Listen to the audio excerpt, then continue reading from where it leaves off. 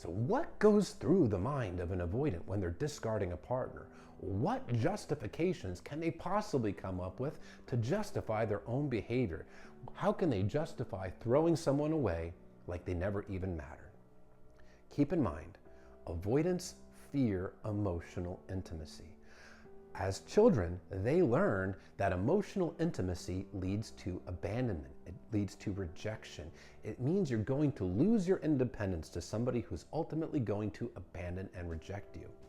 That's why when they have a partner that loves them and emotional intimacy is growing, their fears get triggered and they quickly shut down and deactivate as a way to protect themselves. Avoidant deactivation means that they've taken their feelings and they've buried them. They've taken their feelings for their partner, they've suppressed them. They don't allow themselves to access their feelings for their partner anymore. It's a way of protecting themselves. It's a way of avoiding emotional intimacy, which will ultimately lead to abandonment. But because they've taken their feelings and suppressed them, they also avoid reflecting on their feelings. They avoid self-reflection on their own behaviors. Because that's painful, they've learned to avoid that. Hence the root word avoid and avoidant. Since they don't deeply reflect on their feelings, they have to come up with very surface level explanations to themselves to justify their own behavior. The number one excuse that they tell themselves is, it must be the wrong person. I must feel this way. I must feel like running away from the relationship because this is clearly the wrong person. If it was the right person, I wouldn't feel the need to run away from the relationship. Why can't I just seem to find the right person? Another justification that they often come up with is that the partner was just too needy, too clingy. Whenever that partner expressed any desire for emotional intimacy or even requested the bare minimum in a relationship, that's overwhelming to the avoidant. That's pressure because they're being pressured to be emotionally available for this person.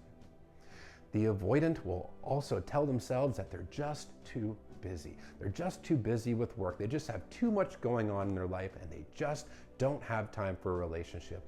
That's why they feel so overwhelmed. Now, sometimes they don't even come up with a justification at all. They just simply don't know why they feel this way. They just do, so they have to run because they feel this way. But routinely, they will ask themselves, why can't I find the right person? But not self-reflecting as to the fact that they've taken every partner that loves them and cares about them and is truly trying to build an emotional connection with them, that they've taken these people and pushed them away, that they have discarded people that actually genuinely love them. And in their mind, the avoidant believes that if they find the right person, none of their avoidant fears will be triggered. But in reality, every time they find the right person, a person that actually loves them, a person that genuinely cares about them, a person that genuinely wants a life with them, their fears will be triggered because that person loves them, because that person wants emotional intimacy with them. The avoidant fears that a healthy partner that loves them is too good for them, better than they deserve. It's inevitable that this person is going to figure out that the avoidant is in fact unlovable and they're going to reject and abandon the avoidant. So it's safer for them to discard the partner rather than risk being heartbroken themselves. But they don't like to do the deep self-reflection to figure this all out, to figure out where these childhood attachment wounds come from, to take accountability for their own behavior. That's painful. They avoid it. So they gaslight themselves. They tell themselves alternate versions of reality to make themselves feel better about their actions so they don't have to process the painful emotions of what they did and how they hurt somebody. But understand, avoidance, they tend to discard healthy partners that love them precisely because they are healthy partners that love them. It's not that you're the wrong person if you've been discarded by an avoidant. It's just that the avoidant is not emotionally available for you and doesn't know how to give and receive love in a healthy way.